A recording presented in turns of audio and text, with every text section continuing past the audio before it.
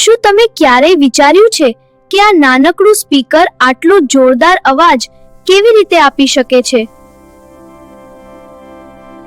અંદર એવું તે શું થાય છે કે હવામાં અવાજ ફેલાય છે?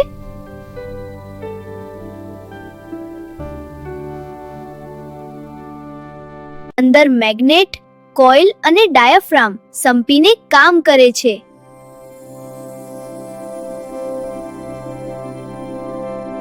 સ્પીકરમાંથી અવાજ સાંભળતા પહેલા ધ્વનિ તરંગોને ઇલેક્ટ્રિકલ પલ્સમાં રૂપાંતરિત કરવાની આ એક અદ્ભુત વૈજ્ઞાનિક પ્રક્રિયા છે.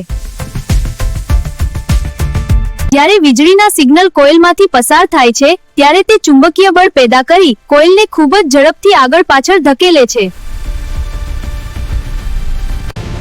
કોઇલ સાથે ડાયાફ્રામ પણ હલવા લાગે છે.